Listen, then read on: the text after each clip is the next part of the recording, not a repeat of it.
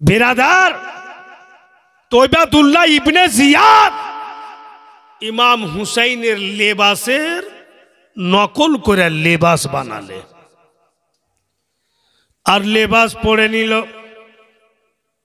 नामाजिर दल बानालो सकल के निया किन्तु कुफा जाच्छे जेमनी कुफाते प्रवेश करेছে दूर থেকে कुफावाला देखे देखो तो लिबासटा जानो इमाम हुसैनेर मतो सबाई किन्तु नारे लागाइते लागलो जामादेर हुजूर चले आसছেন ठीक ওবায়দুল্লাহ के भीतरे निये गेल আর যেমনি ভিতরে গিয়েছে ওবায়দুল্লাহ নিজের নাকাবকে উল্টা দিলে চেহারা দেখছে লোকজন ই তো ইমাম হুসাইন নয় ই তো ধোঁকাবাজ ওবায়দুল্লাহ একে আমরা জায়গা দিয়ে দিলাম এবার আমাদের হালাত কি হবে বেঈমান দুরাচার এক মায়ের কোলে कोची बच्चा आछे गो और मायेर कोल थेके कोची बच्चा के उठिए मायेर चोखेर सामने ওবায়দুল্লাহ गला टिपे मारलो मा निजे सीना पिटते थाकलो ओ ওবায়দুল্লাহ एमन केन करले तुमी चेले जखन गर्भे छिलो दुनियाते एसेछिलो जत कष्ट पेयेछिलाम ओर चाइते बेशी कष्ट पेलाम आमार कोची शिशु केन तुमी गला टिपा मारले बेईमान ওবায়দুল্লাহ बोलছে इमाम मुस्लिम के जागा दीते पाबे ना तार दुई बेटा की राखते पाबे ना बेरादार जेखाने सेखाने लोकजन के अपमान करते लागलो और हाइरे कुफावाला ওবায়দুল্লাহর धमकीते डरालो ओई जे साहबाए किराम बुझेछेन कुफावाला बेवफा डाकबे ओरा और जदि केउ धमकी दिया देय तो पाल्टे जाबे सेकेंडे ओटाई हये गेल जेमनी धमकी दिले ওবায়দুল্লাহ हजरत इमाम मुस्लिम के आर केउ जागा देय ना एकदम कुफावाला आलादाई हये गेल हजरत इमाम मुस्लिम भाबछेन जे आल्लाह की करी हुट करे जे कुफावाला चेंज हये गेल ওবায়দুল্লাহর भये भीतु हये और जामा के जागा दिच्छे ना खोदा आमार जान चले जाय कोनो परवा नाई आमार कोची कोची दुई शिशुर जदि जान चले जाय कोनो परवा नाई आमी जे चिठी लिखे दिएछि इमाम हुसैन आली मोकाम के नबीर नाती के उनी जदि चले आसेन तो हालात की होबे এই চিন্তায় ভাইরা বাপেরা মা বোনেরা হযরত ইমাম মুসলিমের नींद উড়ে গেল কেমন নবীর নাতির দিওয়ানা ছিলেন কেমন নবীর নাতিকে মাননে वाला ছিলেন जे निजेर जान चले जाबे कोनो परवा नहीं कोची कोची छेलेदेर जान जाबे कोनो परवा नहीं किन्तु जानो इमाम हुसैन के किच्छु ना हो हजरत इमाम मुस्लिम निजेर दोनों बेटा के निये काजी शरी बोले एकजन व्यक्ति जे लोकटा साहाबिये रसूल उनार बाड़ीते गेलेन काजी शारी के निजेर दुई बेटा के सौंपे दिलेन ওগো আমার ছেলেদের মা নাই। বাচপানে ছেলেরা নিজের মা হারিয়েছে, এদের বাবাও আমি, এদের মাও আমি। এখন কুফাওয়ালা বেওয়াফাই করলো, ওবায়দুল্লাহর ধমকিতে আর কেউ আমাকে জাগা দেয় না। আমি নিজের ছেলেরাকে নিয়ে কোথায় যাব? তাই আমার দুই কলেজার টুকরা আপনাকে সঁপে দিলাম। ওগো কাজী সারি, আল্লাহ যদি আমাকে হায়াতে রাখে, জীবিত থাকি, আমার দুই বেটাকে নিয়ে আমি মদিনা চলে যাব। আর যদি শহীদ হয়ে যায়, ওগো কাজী সারি, আমার ছেলেদের কুফাতে কেউ নাই, দয়া করে আমার দুই বেটাকে মদিনা ভেজে দিয়ে। এই বলে হযরত ইমাম মুসলিম মুহাম্মদ আর ইব্রাহিমকে কাজী সারিকে সঁপে দিয়ে আকায় আকায় কুফাতে ঘুরতে লাগলে। কিন্তু ভাইয়েরা ও মা বোনেরা, হযরত ইমাম মুসলিম যেই যেই বাড়িতে বসেছিলেন, যেইগুলো বাড়িতে বসে উনি খেয়েছিলেন, যেমনই হযরত ইমাম মুসলিমকে দেখছেন, ওবায়দুল্লাহর ভয়ে দরওয়াজা বন্ধ করে দেয়। কেউ দরওয়াজা খুলে না। উনি বড্ডা পরেশান হয়ে গেলেন, এবার আমি কি করি? সারা দিন চলে গেল, কোন লোক জাগা দেয় না। যারা সব সময় হযরত ইমাম মুসলিমের পাশে বসত, ওরা বাপু নজর উঠিয়াবো দেখে না। ইনি ভাবছেন কি করি। ওনার দিল বলল যে রাত্রিবেলা আমি মসজিদ যাব, কুফা জামে মসজিদ। ওখানে তো নামাজিগণ আছে, ওরা কমপক্ষে আমার দিকে দেখবে, ওরা কমপক্ষে আমার খবরটা নিবে। কিন্তু সারা দিন না খেয়ে চলে গেল, পেটে দানা পানি কিচ্ছু গেল না। রাত্রিবেলা বন্ধুগণেরা আমার এশার নামাজের টাইমে মসজিদ গেলেন। দেখছেন মসজিদে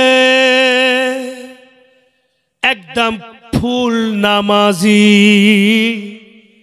ওনার দিল বড়া খুশি হইল, এত নামাজি, নিশ্চয় কেউ না কেউ আমাকে দেখবে, কথা বলবে।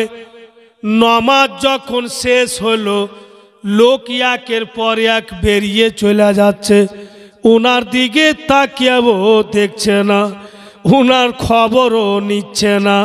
হাইরে ইমাম মুসলিম রাদিয়াল্লাহু তাআলা আনহু মসজিদের দরওয়াজাতে দাঁড়িয়ে আছে, লোকজন চলে যাচ্ছে, ঘুইরা দেখছে না।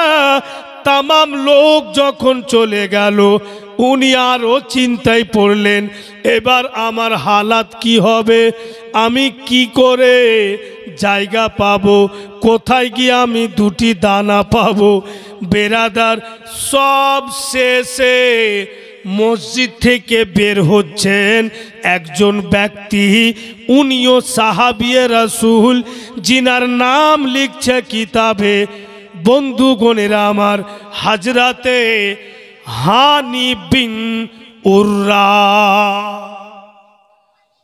হযরতে হানি বিন উররা হযরত ইমাম মুসলিমের দিকে দেখলেন, আর দেখাই সালাম করে বলছে, হুজুর আপনি এইখানে? তখন হযরত ইমাম মুসলিম দু একটি শব্দ বললে। হানি বিন উররা বলেন, কি খবর হুজুর? বলে, কুফাওয়ালা কে এলান করে দিয়েছে ওবায়দুল্লাহ আমার পিছনে, আমার দুই লালের পিছনে লোক লাগিয়েছে, আমাদেরকে ধরে নিয়ে যাবে ওবায়দুল্লাহর কাছে। আর কুফাওয়ালাকে এমন করে ধমকি দিয়েছে ওবায়দুল্লাহ আমার সাথে কেউ বলে না। সারাদিন বিনা খাওয়াতে যাচ্ছে, আর যে বাড়িটাতে দুটি দানা পাচ্ছি ওইদিকে তাকিয়া দেখছি, আমার দিকে দেখে না। হায়রে হানি বিন উররা হযরত ইমাম মুসলিমের হাত ধরে নিলেন, চলেন হুজুর আমার বাড়ি। নিয়ে গেল রাত্রে রাত্রে, আর সুন্দর করে একটা ঘর দিয়ে দিলে, হুজুর এই ঘরে আপনি থাকুন, যা কিছু লাগবে আমি দিয়ে দেব। আর ও হানি বিন উররার যে কটা গোলাম ছিল, গেটের পহরাদারি ছিল, ওরাকে ডেকে বলে দিলে, খবরদার আপনা আপনা মুখে লাগাম দিয়ে দে, তোরা কেউ চর্চা করবে না, কেউ অন্য করি সামনে বলবে না যে আমার বাড়িতে হযরত ইমাম মুসলিম আছে। যদি বুইলা দাও ওবায়দুল্লাহ এসে আটাক করে নিবে, ওবায়দুল্লাহ ধরে নিবে। বলে না, আমরা কি বলবো না। সুরক্ষিত ভাবে বাপু হানি বিন উররা হযরত ইমাম মুসলিমকে রেখে দিলে, আর উনার দুই বেটা তো কাজী শরীর বাড়িতে আছে। বেরাদার সময় চলে যাচ্ছে, আর কিন্তু খুঁজা পাই না ইয়াজিদ, খুঁজা পাই না ওবায়দুল্লাহ। তখন ইয়াজিদকে বলছে ওবায়দুল্লাহ, কি করি ইমাম মুসলিমকে খুঁজে পাই না। ভাইরা বাপেরা তখন একজন লোককে খরিদ করে নিলে ইয়াজিদ। কি বইলা খরিদ করলে? বলে, তুমি টুপি লাগাও, নামাজি সাজো, নবীর দিওয়ানা সেজে যাও, ইমাম হুসাইনের আশিক সেজে যাও, আর কিছুটা টাকা দিচ্ছি নিয়ে কুফা মসজিদ চল যাও। মসজিদের কোনাতে বসে বসে কাঁদবে আর তসবিহ গুনবে, বের হবে না। নিশ্চয় কেউ না কেউ তোমাকে বলবে, কে গো তুমি? আজনবী চেহারা, তো তুমি বলবে আমি মদিনা থেকে এসেছি, ইমাম হুসাইন পাঠিয়েছেন হযরত ইমাম মুসলিমকে কিছুটা খরচ পানি দেওয়ার জন্য।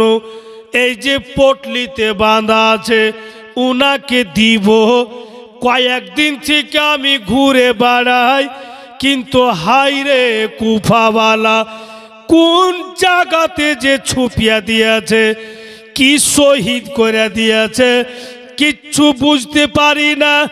আমি চইলা যাব মদিনা, আর ইমাম হুসেনকে বইলা দিব, নবীর নাতিকে বইলা দিব, জান্নাতি সর্দারকে বইলা দিব, আপনার মুসলিমকে কুফাওয়ালা শহীদ করে দিয়েছে। এইভাবে যখন বলবে, নিশ্চয় কেউ না কেউ তোমাকে বলবে কে না না শহীদ করিনি, উনি আছে। তখন জানা যাবে। জাসুস ইমানকে বিক্রি করে দিয়ে আর কুফা মসজিদ গিয়ে ঠিক বাপু ওই ঠুন ঠুন করে কানছে বেঈমান, আর ডুপ্লিকেট নামাজি তসবিহ গুনছে মসজিদের কোনাতে। হানি বিন উররা উনি বাপু একটু ব্যবসা করতেন, তো এশার নামাজটা কিন্তু উনি লেট করে পড়তে যাইতেন। আর যারা ব্যবসায়িক লোক ওরা কিন্তু এই এশার নামাজটা শেষ করেই পড়তে যায় বেশিরভাগ, তো একটু লেট করে যায়। তো লেট করে মসজিদ নামাজ পড়তে গেলছেন হযরত হানি বিন উররা। তো ঢুকেই দেখছে যে মসজিদের কোনাতে কে যেন কাঁদে। থাক, আগে আমি নামাজটা পড়ে নি। নামাজটা পড়ে তখন ওকে বলছে, এ বন্ধু, তোমাকে চিনতে পারি না, কোথায় বাড়ি? আমাদের মসজিদের কোনাতে বসে কেন কাঁদো? বলে, আমি মদিনা থেকে এসছি। মদিনা থেকে? তো হ্যাঁ, ইমাম হুসেন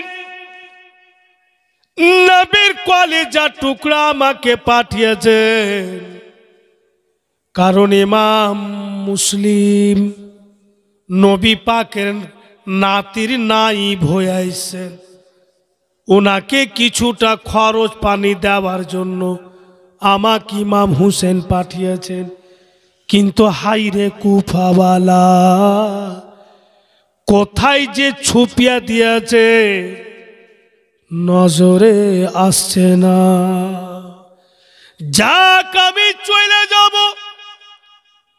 ইমাম হুসেনকে বলে দিব, হুজুর আর আপনি মুসলিমের আশা করিয়েন না, কুফাওয়ালা বড় বেওয়াফা, আপনার মুসলিমকে কুফাওয়ালা শহীদ করে দিয়েছে। তখন হানি বিন উররা বলেন, না না, এভাবে বলিও না, আমরা তো উনারাকে মাননেওয়ালা, আমরা উনার দিওয়ানা। হযরত ইমাম মুসলিম আমার বাড়িতে আছে, দুশ্মনের ভয়ে আমরা চর্চা করিনি, এসো তোমাকে নিয়ে যাচ্ছি। জাসুসকে নিয়ে চলে গেল। বেঈমান জাসুস বাপু গোটা রাত সেবা করলে গো। আর যেমনই ফজরের আজান হয়েছে, জাসুস বলছে, ওগো নবীর ঘরানা, अब আমাকে ছুটি দে, আমি পরিবারওয়ালা ব্যক্তি, দিন বেলাতে যদি কাম কাজ না করি আমার ছেলে মেয়ে খেতে পাবে না, আমাকে ছুটি দেন, আমি চললাম, আবার রাত্রে আসবো। এই বলে জাসুস চলে আলো। কি বল বাপু, বেলাটা গরমেছে, কিছুটা সূর্য উঠে যে লাল হয়ে উঠে না, ওই রকম হয়েছে। আর ওবায়দুল্লাহর তরফ থেকে দুটা লোক চলে আলো। ও হানি বিন উররা, বাড়িতে আছো কি? হানি বিন উররা কি কিচ্ছু খবর নেই, বাইরে চলে এলো। কে গো? বলে, তোমাকে ওবায়দুল্লাহ ইবনে জিয়াদ ডাক দিয়েছে, তো চলো। যেমনই হানি বিন উররা ওবায়দুল্লাহর গ্রাউন্ডের মধ্যে গেলছে, ওবায়দুল্লাহ বলছে, রশ্মি বের কর। হানি বিন উররাকে খুঁটিতে বেঁধে দে। রশ্মিতে বাঁধছে। হানি বিন উররা বলছে, এমন কেন করছো, তোমার কি ক্ষতি করেছি? ওবায়দুল্লাহ বলছে, ও হানি বিন উররা, আমরা ইমাম মুসলিমকে খুঁজে বেড়াচ্ছি, আর তুমি তোমার বাড়িতে রেখেছো। যতক্ষণ পর্যন্ত মুসলিমকে আমার হাওয়ালা না করেছ তোমাকে ছাড়া যাবে না। হানি বিন উররা বলে, কে বলল? না তো, কে বলল তোমাকে যে আমার বাড়িতে আমি রেখেছি? তখন ওই জাসুস কাইনা বাপু খাড়ো করে দিলেন, এ হানি বিন উররা, লোকটাকে চিনতে পারছো? তো দেখছে হযরত হানি বিন উররা ই তো সারা রাত আমার বাড়িতে ছিল, একে তো আমি মসজিদ থেকে নিয়ে গেছিলাম ইমাম হুসাইনের দিওয়ানা মনে করে। হযরত হানি বিন উররা বলছে, হাই বেঈমান, তুই চাঁদ টাকার জন্য ঈমান বেচে দিয়েছিস, তুই ঘরানায় রাসূলের সঙ্গে গাদ্দারি করলি। তো জাসুস বলছে যে আমি টাকা ছাড়া কিচ্ছু বুঝি না। এই খবর এক কান দোকান হতে হতে হযরত ইমাম মুসলিম শুনতে পেলেন যে হানি বিন উররাকে বেঁধে দিয়েছে ওবায়দুল্লাহ। ইনি তখন নিজ ইচ্ছাতে হানি বিন উররার বাড়ি ছেড়ে দিলেন যে আমার জন্য হানি বিন উররা কেন কষ্ট করে। বাড়ি ছেড়ে দিলেন, সারা সারা রাত আর দিন বিনা দানা পানিতে ঘুরে বেড়ান, কিন্তু কুফাওয়ালা জাগা দেয় না। লিখছে কিতাবে, উপরা উপরি যখন কয়েকদিন দানা পানিতে কাইটা গিয়েছে, অনেকটা রাত হয়েছে, আর কিন্তু চলতে পারেন না। বারবার যেন ছেলেরা মনে হয় আমার দুই লাল কিছু খেতে পেল কিনা। আচানক দেখছেন একজন মা পানির কলস নিয়ে কোমরে করে কিন্তু বাড়ি যাচ্ছে অনেকটা রাত্রে।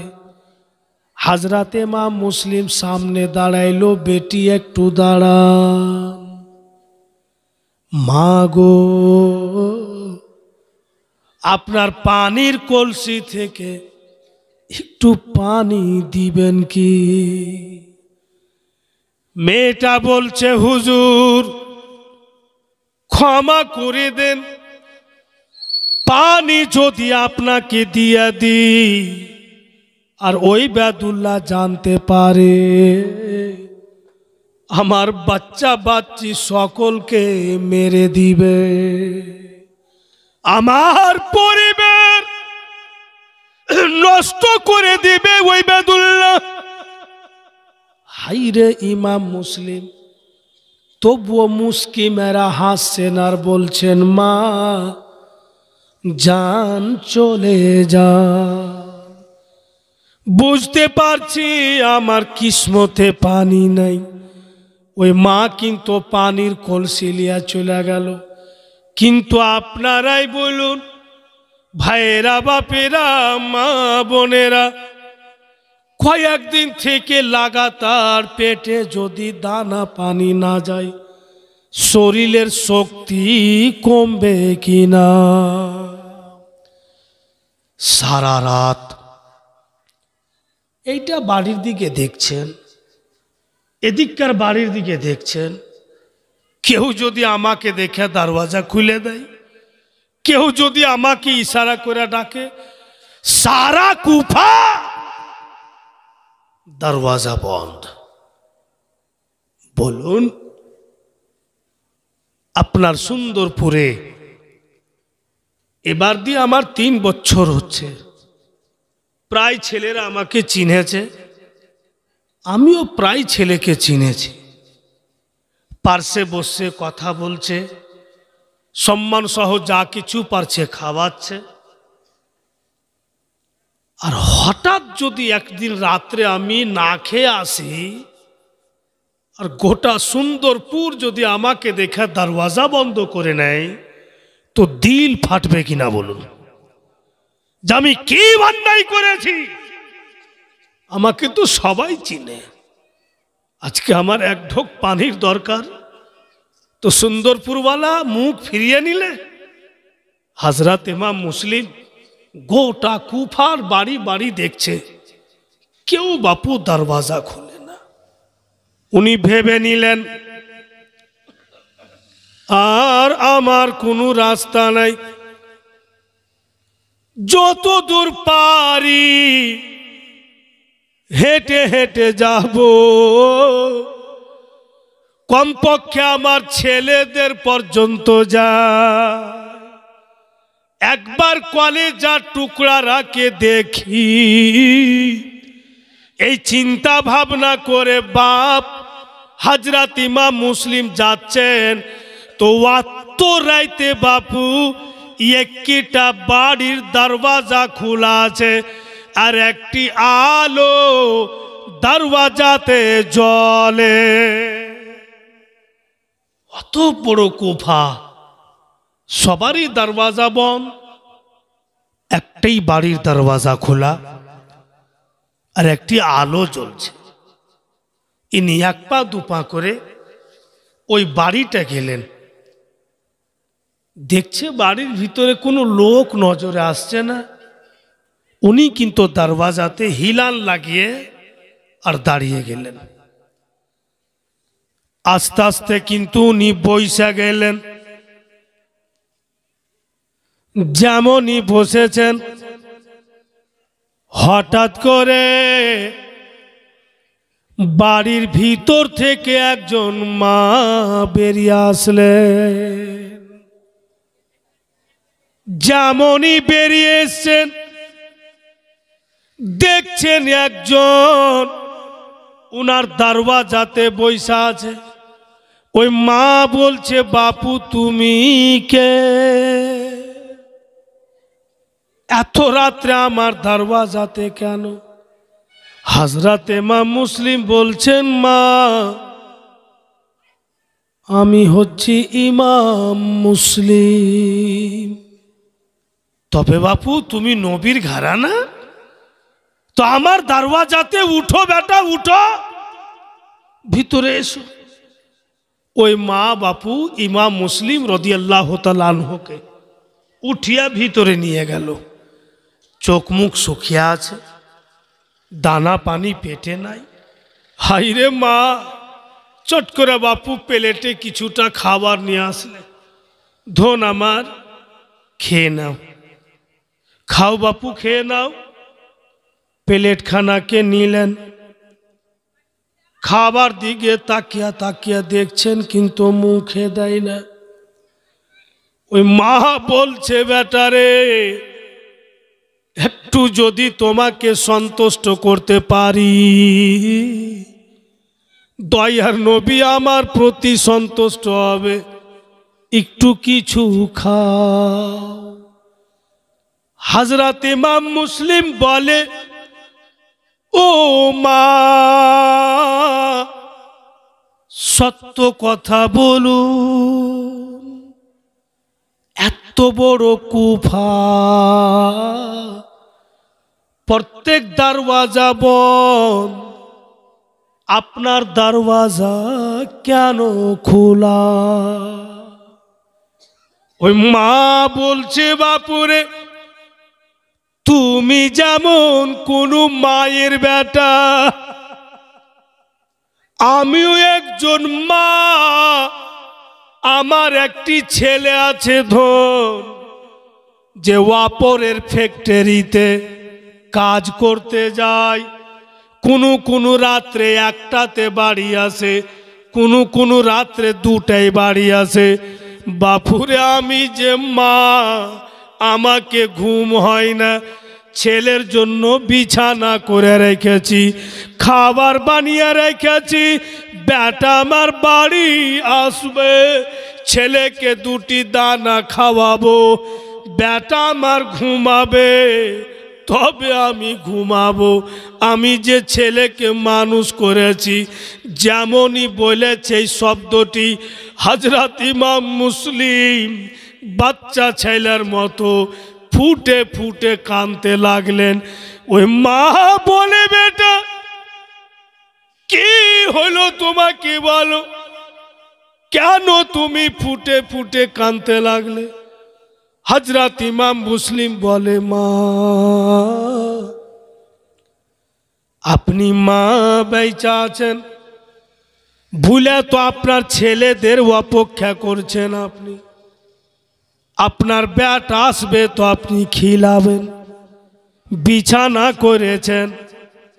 মা গো, আমারও দুই বেটা আছে মা, যারা ছোট্টবেলায় আমার স্ত্রী রেখে ইন্তিকাল করেছে। এই কুফাওয়ালার জুলুমে আমার দুই ছেলেকে আমি কাজী শরীর বাড়তে রেখেছি মা। আমার ছেলেদের কি হচ্ছে, কিছু খেতে পাচ্ছে কিনা মা গো, যেন খুব মনে হয় ছেলেদের মা ও ওদের কাছে নাই, আমি ওদের বাবা ওদের কাছে নাই। জানি না কত কাঁদে মা, আমি খেতে পারবো না, জান জান নিয়া যান, আল্লাহ আমাকে সবর দিবে। এত চেষ্টা করলে ওই মা হযরত ইমাম মুসলিম খেতে পারলো না। আর সত্যি বাপু, ছেলেরা তো বড় নাই, ছোট, আর অপরের বাড়িতে রেখে এসে বাপের তো চিন্তা হবেই, বাপ তো চিন্তা করবেই। ঠিক হযরত ইমাম মুসলিমকে একটা ঘর দিলে, ধন এখানে আরাম করো। হযরত ইমাম মুসলিম বিছানাতে গেলেন, আর কিছুক্ষণ পরই ওই মায়ের বেটা কাজ করে বাড়ি ফিরল। ওই বৃদ্ধা মায়ের বেটা বলছে, কি খবর মা, এটা ঘরে কে আছে বেটি, দরওয়াজা খোলা কেন? ওই মা তার বেটার হাত ধইরা বলছে, বাপুরে করির সামনে বলিস না বেটা, নবী পাকের ঘরানা হযরত ইমাম মুসলিম আছে। বাপুরে ওর দু বেটাকে খুব দেখতে চাইছে। এমনি তো দেখবেন কোনো ইয়াতিম দুঃখী আমি তো সইতে পারি না, আমার চোখের সামনে যদি কোনো ইয়াতিম কোন দোকানের সামনে দাঁড়িয়ে থাকছে বাচ্চা, আর একটা চকলেটের জন্য, তো বাপু চট করে আমার মনে হয়ে যাচ্ছে যে আল্লাহ তোর হাজার শুকরিয়া, আল্লাহ তোর হাজার শুকরিয়া যে তুই সুলতান মৌলভীকে বাঁচিয়ে রেখেছিস। তো আমারও বেটা হয়তো এরকম করির দোকানের আগা দিকে একটা চকলেটের জন্য দাঁড়িয়ে থাকত। আল্লাহ তোর হাজার শুকরিয়া যে আমি এখন হায়াতে আছি। ভাইয়েরা, বন্ধুগণেরা আমার, মা হারা সন্তান, বাপকে দেখতে পাই না। বন্ধুগণ, ওই বৃদ্ধা মায়ের বেটা হযরত ইমাম মুসলিমের ঘরে গেলেন, গিয়া বলছে, হুজুর চিন্তা করিয়েন না, আপনার ছেলেকে আনতে যাচ্ছি, এই না আপনাকে দেখিয়ে তারপরে রেখে আসবো আমি। বইলা ওই মায়ের বেটা বেরিয়ে গেল। বন্ধুগণ, রাত শেষ হইতে লাগলো, ওই মায়ের বেটা বাড়ি ফিরে না। আব যেন ফজরের আজান হয়ে যাবে, তবুও বাড়ি ফিরে না। হাইরে ইমাম মুসলিম রাদিয়াল্লাহু তাআলা আনহু, উনি বলছেন, মা আপনার বাড়িতে কোনো তলোয়ার আছে কিনা? ওই মা বলছে, তালওয়ার কি করবে বেটা? বলে আপনি দেন। তালওয়ার এনে দিলে, মা গো আপনার বাড়ির পিছন দিককার দরওয়াজা ভিতর থেকে বন্ধ করে দেন। ঠিক আছে বেটা, বন্ধ করে দিছি। আর যেটা মেন গেট, ওই মেন গেটে হযরত ইমাম মুসলিম তলোয়ার নিয়ে বসে গেলেন। ওই মা বলছে আমি কিচ্ছু বুঝতে পারি না। হযরত ইমাম মুসলিম বলছে, লাডলি বেটি শুনো, ছেলে তুমি জন্ম দিয়েছো, কিন্তু তোমার ছেলের চেহারা পড়তে পারোনি। মা, তোমার বেটা আমার দুই ছেলেকে আনতে যায়নি, দুশ্মন ওবায়দুল্লাহকে খবর দিতে গিয়েছে, লোক আনতে গিয়েছে আমাকে ধরিয়ে দেওয়ার জন্য। ওই মা তখন বলে, ওগো নবীর ঘরানা, যেটা বললেন যদি সত্য হয়ে থাকে, আমার বেটা যদি দুশ্মনেরাকে আনতে যাই আপনাকে ধরিয়ে দেওয়ার জন্য, আমি জন্ম দিয়েছি, গর্ভে রেখেছি, আমি আদেশ করছি লাডলা দুলারা ওগো আলে রাসূল, তোমার তলোয়ারে যেন আমার বেটার গলা কেটে যায়। কারণ যে বেটা নবীর আলকে চিনে না, নবীর আওলাদের মান সম্মান করে না, ইজ্জত করে না, ওই সব বেটা আমি চাই না। ওই ধারণার ছেলে আমার প্রয়োজন নাই।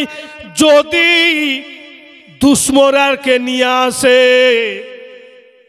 আমার ছেলেকে কেটে দিও। ওই মাই বলছে। যেমনই সকাল হল, সুবহানাল্লাহ, একজন দুইজন না, কতজনকে নিয়ে আসছে ওই বৃদ্ধা মায়ের বেটা? 300 জন। বিরাট কাফেলা সাজিয়ে 300 জনকে নিয়ে আসলো। হযরত ইমাম মুসলিম বলেন, মা এই যে দেখেন আপনার ছেলের কর্তব্য, কত জনকে নিয়ে আসছে আমাকে ধরার জন্য। কিতাব লেখক লিখছেন, হযরত ইমাম মুসলিম তনহে তনহা আকাই তলোয়ার নিয়ে দুশ্মনের সঙ্গে লড়াই করলেন। স্পষ্ট তারিখী কিতাবে লিখছে 150 জন হযরত ইমাম মুসলিমের তলোয়ারে কাটা গেল, বাকি থাকলো মাত্র 150 জন।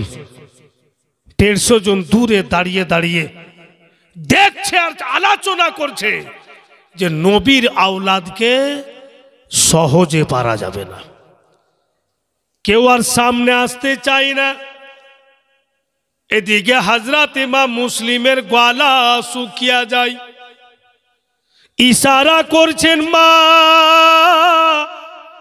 এক গিলাস পানি দিবেন কি, আমার গলা শুকিয়ে যায়। ওই বৃদ্ধা মা চট করে এক গিলাস পানি নিয়ে আসলেন, আইনা দিচ্ছেন, বাপুরে এই যে গিলাসে পানি, তুমি পান করো। আবার আমি পানি আনতে যাচ্ছি, ফের মা পানি আনতে গেল। ইমাম মুসলিম রাদিয়াল্লাহু তাআলা আনহু পানির গিলাস হাতে নিয়ে পানির দিকে দেখছেন, আর চট করে বন্ধু মুহাম্মদ আর ইব্রাহিম ওর কচি কচি 2 বাচ্চার ছবি যেন সামনে ভাইসা উঠলো। উনি দেখতে পাইছেন যেন কাজী শরীর বাড়ির বারান্দাতে দোনো কচি বাচ্চা বাঁশের খুঁটি ধরে রাস্তার দিকে তাকিয়ে দেখাচ্ছেন। স্পষ্ট ইমাম মুসলিম দেখতে পাচ্ছেন, হায়রে বাপ, ছেলেদের কিচ্ছু খাওয়াতে পারেনি, আর চেহারা সামনে বাপ চোখ দুটি বন্ধ করে নিলে যেমনই চোখ বন্ধ করেছেন আয়নার মতো ছেলেদের দেখতে পাচ্ছে। দুশ্মনেরা বলে চোখ বন্ধ করে দিয়েছে, পিছন থেকে চলে যাও, তলোয়ার মেরে দাও। এইবার যদি চোখ খুলে দেয় তো আমরা কেউ পারবো না। চোখ বন্ধ করেছে। বেঈমানেরা, দুশ্মনেরা পিছন থেকে এসে যেমনই তলোয়ার মেরেছে, উনি গিলাস নিয়েই আছেন, আর তলোয়ার বন্ধু এমন ভাবে মারলে ওপর কাঠোট কেটে পানির গ্লাসে পড়লো। পূর্ণ পানি, গিলাসের টোটাল পানি রক্তে রক্তে তো লাল হয়ে যায়। এবার উনি চোখ খুলে দেখছেন গিলাসে রক্ত। হযরত ইমাম মুসলিম এইভাবে গিলাসকে উল্টাইছেন, আর যেমন রক্ত বেরিয়ে যাচ্ছেন উনি বলছেন, আল্লাহ আমার 100 বার কুরবানি হোক, 100 বার জন্ম হোক, পরওয়ারদিগারে আলম যেমন ভাবে আমার রক্ত বেরিয়ে যাচ্ছে, আমার রক্তের বিনিময়ে আমার ছেলেদের মাহারা সন্তানদের কষ্টের বিনিময়ে যারা মায়ের আদর পায়নি আজকে বাপকেও হারাচ্ছে, আমার তামাম দুঃখ জ্বালা রক্তের বিনিময়ে আল্লাহ নবী মুস্তাফার উম্মত আর উম্মতির গুনাহ খাতা মাফ করে দাও। জানো রাসূল আল্লাহর উম্মত উম্মতির গুনাহ মাফ হয়ে যায়, জান্নাতি হয়ে যায়। নবী পাকের উম্মতকে জান্নাতি করাতে গিয়ে যদি মুসলিম 1000 বার জন্ম নেয় আর 1000 বার শহীদ হয় তবু আমি খুশি।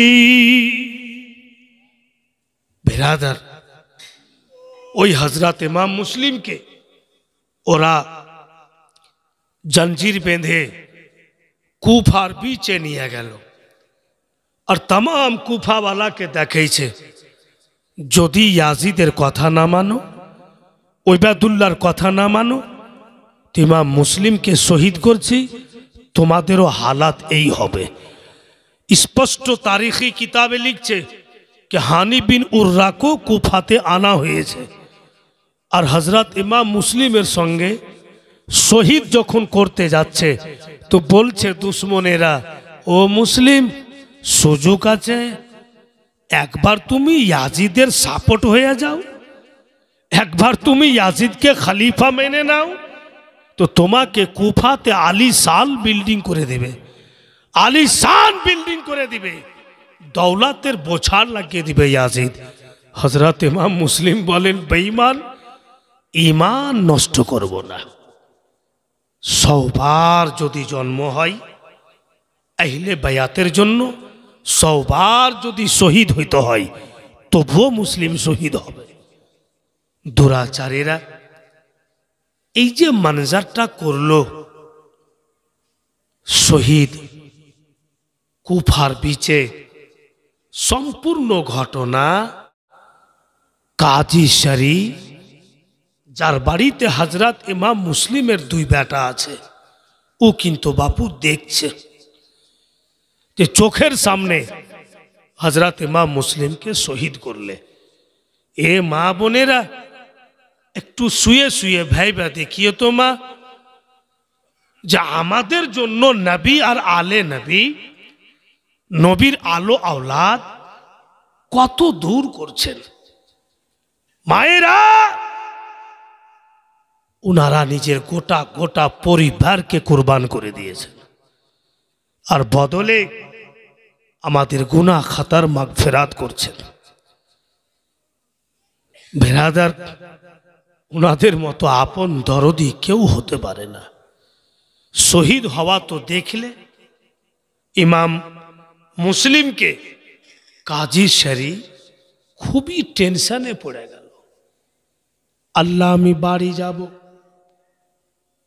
দোনো ইয়াতিম আমাকে বলবে যে আমার আব্বা কেমন আছে, কি জবাব দেব? আল্লাহ তুমি শক্তি দাও। এই চিন্তায় চিন্তিত হয়ে এক পা দু পা করে বাড়ি যাচ্ছে।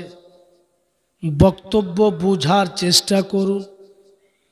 দূর থেকে দেখছেন কাজী শরীফ হযরত ইমাম মুসলিম যেভাবে দেখেছিলেন যে বাড়ির বারান্দাতে দাঁড়িয়ে আছে আর রাস্তার দিকে তাকিয়ে আছে, হুবাহু মুহাম্মদ আর ইব্রাহিম কাজী শরীফ বারান্দাতে দাঁড়িয়ে আছে।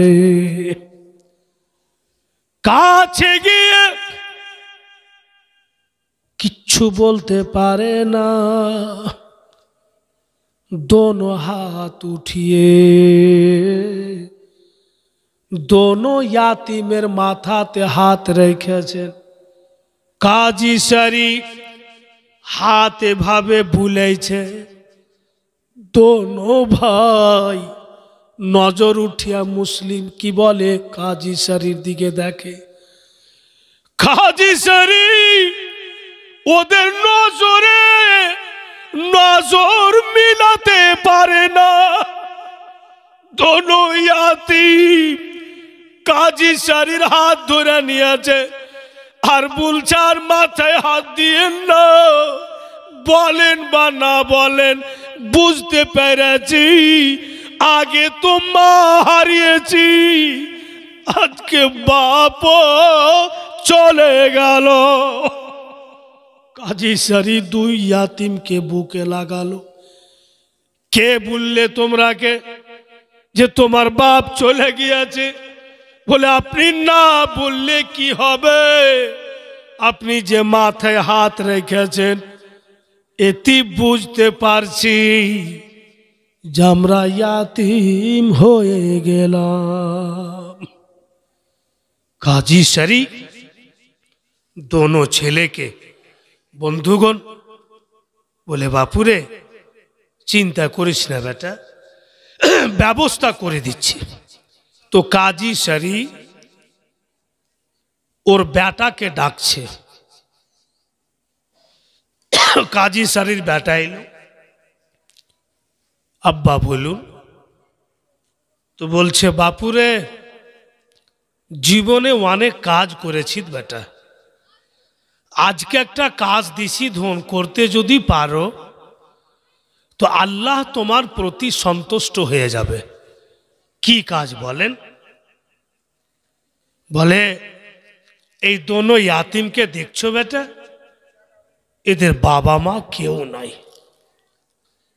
উমুক জায়গা থেকে দেখবে একটা কাফেলা মদিনা যাচ্ছে, দোনো ছেলেকে নিয়ে যাও আর ওই কাফেলার সাথ ধরিয়ে দিবে। ওই কাফেলার পিছন পিছন দোনো ভাই মদিনা চলে যাবে। পারবে বাপু? কাজী শরীফ বেটা বলছে ইনশাআল্লাহ। ভাইরা বাপেরা মা বোনেরা আব দেখেন, আগে তো মা হারিয়েছে, এখন বাপ হারিয়ে দিল, একদম পূর্ণ ইয়াতিম। আর ওই মুহাম্মদ ইব্রাহিমকে কাজী শরীফ বেটা নিয়ে গেল, গিয়া দেখছে যে জায়গা থেকে কাফেলা যেত ওখানে কাফেলা নাই, বেশ কিছুটা দূর চলে গিয়েছে। কাজী শরীফ বেটা দোনো ভাইকে বলছে ভাইরা ওই যে কাফেলা যাচ্ছে যাও, দৌড় লাগাও, ওদের পিছন পিছন চলে যাবে। দোনো ভাই এক অপরের হাত ধরলে আর কাফেলার পিছন পিছন দৌড় লাগালেন। বাপু জায়গা জায়গা জঙ্গল আছে, জায়গা জায়গা পাথরিলা জমি আছে, আর দোনো কচি বাচ্চা রাত্রে কাফেলার পিছন পিছন ভাগছে। ঠিক যেন অচানক কাফেলা গায়েব হয়ে গেল, আর কিন্তু নজরে আসছে না কোন দিকে গেল কাফেলা, উল্লেখ করা যায় না। জঙ্গল হয়ে আছে, ছেলে মানুষ বুঝতেও পারে না। হঠাৎ করে কানে আওয়াজ আসছে, আসসালাতু খায়রুম মিনান নাওম, ফজরের আযান। এর মানে তোমাদের নিন চাইতে নামাজ অতি উত্তম। যেমনই কানে আওয়াজ আসলো, দোনো ভাই শুনছে, শুনে বলছে, ভাই এটা তো কুফা মসজিদের আজান। হ্যাঁ, এর মানে আমরা কুফা পার হইতে পারিনি, আর কাফেলাও কোন দিকে গেল দেখতে পাই না, আমরা কুফাতেই আছি। চলো, দিন হয়ে যাবে, সূর্য উঠে যাবে, সব কিছু দেখা যাবে। ওবায়দুল্লাহ এলান করে রেখেছে, যদি আমাদের কেউ ধরে নিয়ে যায় তো অনেক টাকা ইনাম দিবে। তো ইনামের লালচে আমরা কে ধরে নিতে পারে। চলো, সারা দিন দোনো ভাই জঙ্গলে ছুপিয়া থাকবে, ফের যখন বেলা ডুববে তখন রওনা হব। ভাইরা বাপেরা মা বোনেরা, ছুপিয়া যদি বৈশা থাকে এতে স্পষ্ট বোঝা যায় যে দানা পানি কিচ্ছু খাবে না। কারণ যে ছুপিয়া বৈশা আছে তো খাবে কি করে? সারাদিন দোনো ইয়াতিম ছুপিয়া বৈশা থাকলো, আর বেলা ডুবলো। যেমনই বেলা ডুবেছে, মুহাম্মদ বলছে ইব্রাহিমকে, চলো চলো ভাই, বেলা ডুবে গিয়েছে, আর লেট করব না, দৌড় লাগাই, কুফা পার হব, মদিনা যাব। সারা রাত দোনো ইয়াতিম ফের দৌড়লে, কিন্তু রাস্তা উল্লেখ করতে পারে না। এদিকে চলে যাচ্ছে, ওদিকে চলে যাচ্ছে।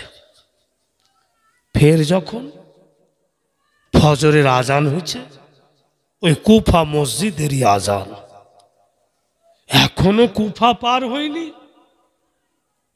আবার সারাদিন জঙ্গলে ছুপিয়া থাকলো, বিনা দানার পানিতে। এবার যখন বেলা ডুবেছে, মোহাম্মদ বলছে ইব্রাহিম চলো। ইব্রাহিম বলছে আমি যাব না।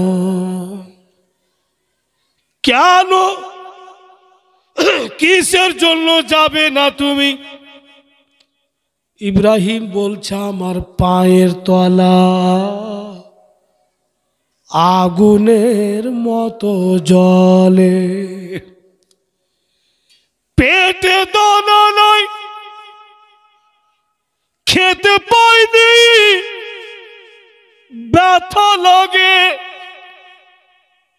আর পায়ের তলা আগুনের মতো জ্বলে। মুহাম্মদ যখন দেখছে ইব্রাহিমের পায়ের তলা তো নকিলা পাথরে পায়ের তলার চাম চিরে আছে, পা বিছাচ্ছে তো জলে। বলতেছে মুহাম্মদ ইব্রাহিম, এক কাজ করো ভাই, তুমি আমার শরীরে হিলান দাও, আমি তোমার সাহারা হয়ে নিয়ে যাচ্ছি। আর রাত হয়েছে, চলো চলো, কেউ দেখতে পাবে না, করির বাড়ি গিয়ে উঠবো।